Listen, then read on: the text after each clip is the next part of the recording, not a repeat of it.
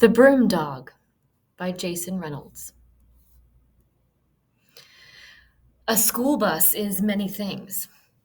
A school bus is a substitute for a limousine. A school bus is the student's version of a teacher's lounge. A school bus is a principal's desk.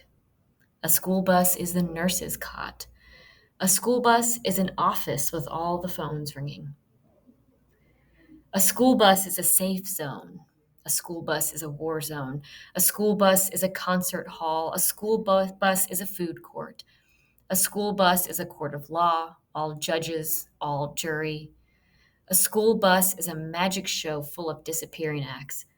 A school bus is a bumblebee buzzing around with a bunch of stingers on the inside of it. A school bus is a book of stamps, passing mail through windows, notes in the form of candy wrappers telling the street something sweet came by, notes in the form of fingers pointing at the world zooming by. A school bus is a ketchup packet with a tiny hole in it, left on a seat, a paper tube around a straw. That straw will puncture the lid on things, make the world drink something with some fizz and fight. Something delightful and uncomfortable, something that will stain and cause gas. A school bus is a talent show. A school bus is a microphone, a beat machine, a recording booth.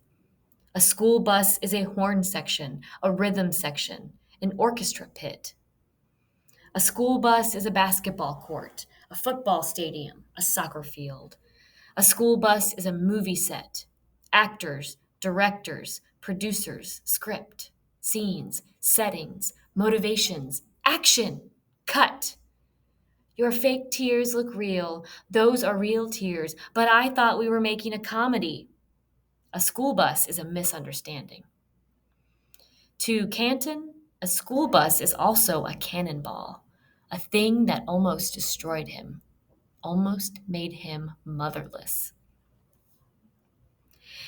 Canton's mother is the crossing guard at Latimer Middle School and has been the crossing guard there since before he was born.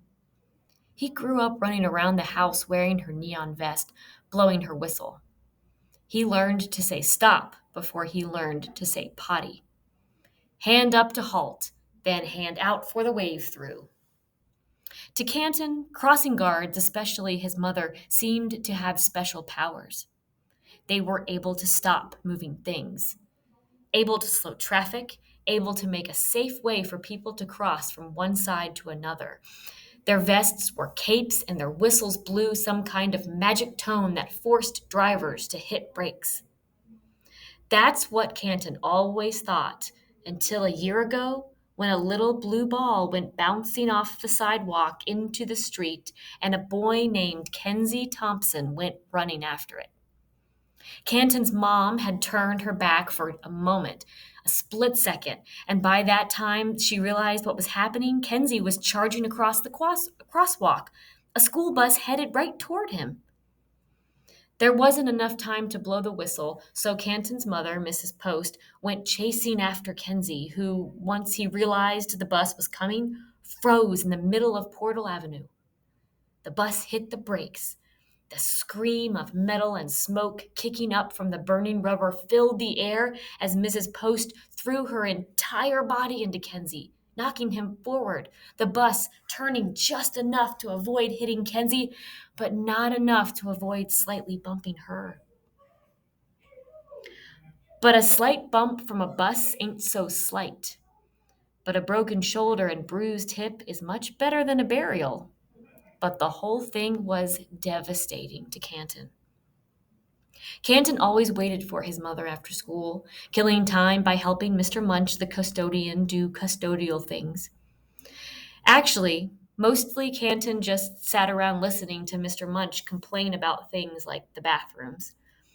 But on the day Canton's mother was hit by a bus, the conversation about why kids throw pennies on the floor like pennies don't spend was cut short by Jasmine Jordan and Terrence Jumper, who came running back into the school, screaming about it.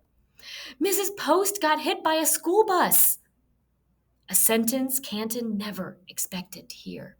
And hearing it was like hearing the world's longest whistle blow, shrill, shredding his eardrums.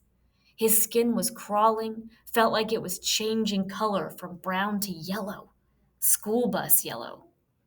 By the time Canton and Mr. Munch got outside, sirens were already blaring down Portal Avenue. Mrs. Post was back to work in a week. Whistle in mouth, vest strapped on, altered only by a sling holding her shoulder in place, she went back to normal. She had to. She said it was just part of the job. But not Canton. He didn't go back to normal. The afternoon his mother returned to the corner to guide students across the street, Mr. Munch found Canton in the bathroom after school, sitting on the nasty tile floor in the corner, his head pressed against his knees. Canton, what are you doing in here? Mr. Munch asked. When Canton lifted his head up, Mr. Munch could see he'd been crying. He could also see that Canton's chest was pumping, heaving like it was hard for him to breathe, like it would break open. Mr. Munch got down on the floor with him, squatted beside him, and talked him through some breathing exercises. Come on, Canton. Count to 10 with me. 1, 2, 3, and then now let's go back to 1. 10, 9, 8. Eventually, Canton could breathe, could talk, could stand. Mr. Munch walked him outside. When they made it to the corner where Mrs. Post was working, Canton wrapped his arms around his mother and squeezed, held her so tight she winced, her shoulders still a sack of broken bone. Okay, I'm okay, you're okay, we're okay, she chanted in his ear, trying to figure out how to get him to let go so she could do her job, but not wanting to let go because he was also her job. Mr. Munch patted Canton on his shoulder, but realizing there was no way this boy would let go of his mother, Mr. Munch decided he would step into the street, stick his fingers in his mouth, and whistle. He put up his hand and yelled at the cars. I'm telling y'all right now, you hit me and I'm hitting you back. Once the traffic stopped, he yelled for all the waiting students to get on across the street. Then he turned back toward the stopped cars and puffed his chest, almost bucking, daring them to move. The next day, Mr. Munch met Canton outside his last class of the day, Mr. Davinzo's social studies class. How are you feeling? I'm okay. Still got the jitters? Canton nodded, just slightly, trying to hide his embarrassment. Want to walk with me? I want to give you something. Canton and Mr. Munch sauntered the halls of the schools, pushing dust and hair that looked like dust, and coins and candy wrappers, and a random sock, and drawstrings, and loose braids, and who knows what else, as the other students bustled around, eventually funneling through the doors into the outside world. When my daughter Winnie went off to college, my wife got so nervous that she'd call Winnie multiple times a day. And whenever Winnie wouldn't answer, Zena would just lose it, Mr. Munch started. Zena's your wife? Yeah, Mr. Munch grinned. Best person I ever known. But she's been through a lot, seen a lot of the world when she was young, and it made her terrified for our daughter. Made her anxious about every step Winnie took away from us. What if something happens to her? What if she needs us? What if she's in danger? Zena would go on and on with these questions, up all night, sick with fear all day. And what did you say? Nothing. But what I did was buy her a dog. A dog? Yep. They stopped at the custodian closet. The old man pushed the pile of middle school debris into the corner, then pulled out a million keys, flipping through them like the pages of a book. Not because she needed something else to care for. No dog can take the place of our baby girl. But I read this thing about emotional support animals. What's that? Basically, it's like having a dog to make you feel better. Finally, he picked the right key and opened the closet door. I mean, what's better than a dog, right? They went into the closet, which was big enough to be an office.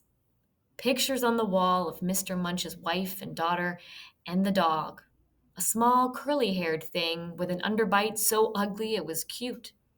At least, Canton thought so. But besides its cuteness, Canton kept thinking about all the things better than dogs, like ice cream and skateboards and maybe a girlfriend one day, or even a girl that's a friend, and a good joke. Oh, and video games.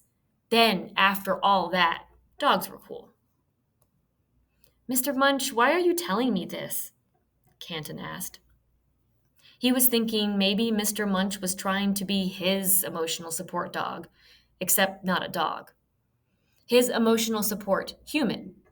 And all this was just a way to keep his mind off of his mother and the fear of a school bus swiping her again. Why am I telling you this? He repeated Canton's question. Because I made you one. You made me a dog? Well, I couldn't just buy you a dog. Your mom might not be okay with that, but I thought maybe this could help. Mr. Munch reached into a locker and pulled out the head of a broom, the sweeping part, which he'd detached from a broomstick. The straw was curled and mangled as if Mr. Munch had been cleaning the sidewalk for like 20 years with it. He had drawn big black circles on one side and like eyes and an oval with a tic-tac-toe board in the middle of it, which Canton assumed was the mouth. At the top, two pieces of cloth cut into ears and glued in place. It's a broom. I cleaned it, promise. And yeah, it's a broom. Until you do this. He petted the wiry twine as if it were fur, as if he were scratching behind the ear of a Yorkie in need of grooming. Why is the mouth like that? Is the broom dog angry? No. Mr. Munch turned the broom head toward him, shrugged. He's smiling. Oh. Canton squished up his befuddled face. So you really think this is going to help me? Can't hurt to try. A slick smirk crept onto Mr. Munch's face. I mean, the worst that could happen is you decide to clean up the street. So either way, everybody wins. The next day, after school, Canton, with the broom dog tucked up under his arm, slowly walked up to the corner to watch his mother, to guard the crossing guard. He leaned against the stop sign at the corner, and whenever Mrs. Post had to step into the street, blow her whistle, raise her hand to stop traffic, whenever Canton's chest would become an inflated balloon, he would run his fingers through the broom dog's hair. Eventually, he named it Dusty. It's strange, the things that work. It's been a year since Mr. Munch gave Canton the broom dog. A year since the first panic attack. A year and a week since the accident, and things have gotten better. The bell rings and everyone gets up to leave Mr. Devanzo's class. Simon stands at the door, giving everyone high fives like he always does. Up high, he says to Canton as he approaches. Canton slaps his hand. Don't forget about tonight's homework.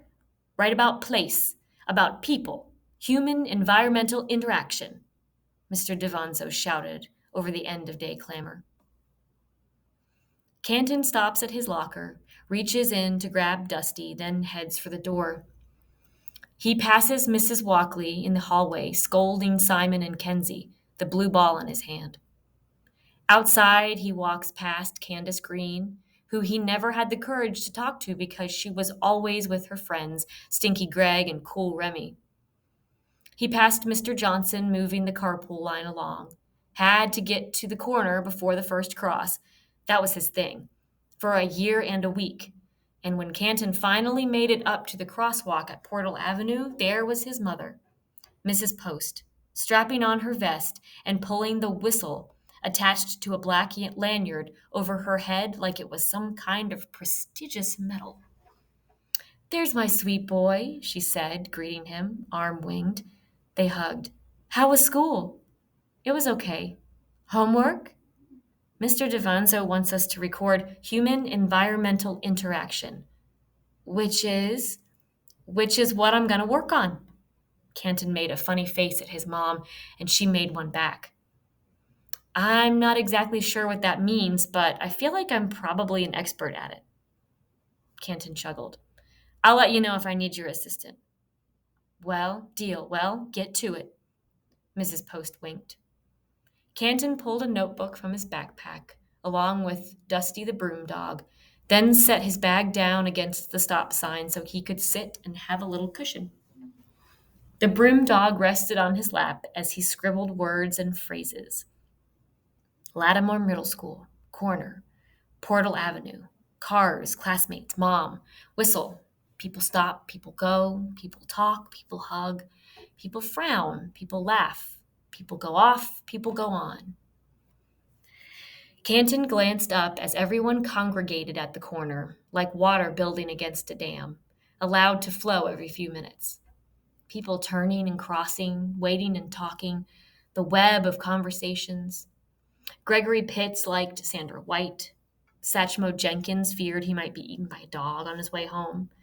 Cynthia Sauer was putting on a show at 3:33 p.m. Some banter on boogers, and everyone wanted to know what secret things Fatima Moss was always writing.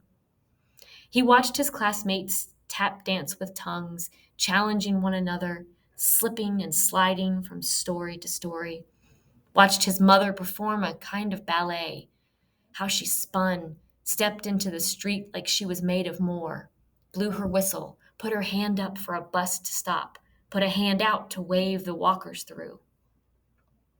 When all the Latimer students had walked off, headed home or wherever they went after school, Mrs. Post removed her vest. She slung it over her shoulder, pulled the whistle over her head.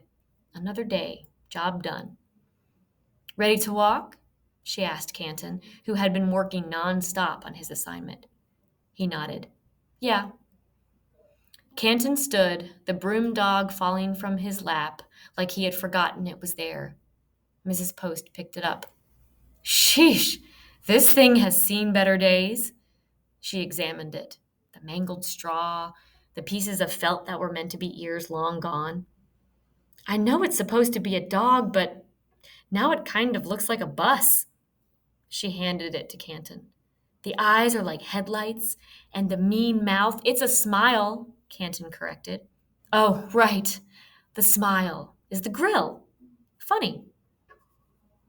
Canton had never noticed that. The broom dog had just become a thing he had, a thing he knew was there if he needed it, but it had been a long time, he realized, since he'd actually needed it. "It's all faded now anyway," Canton said, grabbing his backpack. They stood on the corner, looked both ways before crossing. "Still want it?" his mother asked. Canton shrugged, tossed it up in the air, caught it, tossed it again, caught it, again, and loose straw separated from the bunch. Again. And more loose straw falling down on them. And more. Mrs. Post laughed. "Look at that! A school bus falling from the sky." Canton smiled, knowing a school bus is many things. So is a walk home.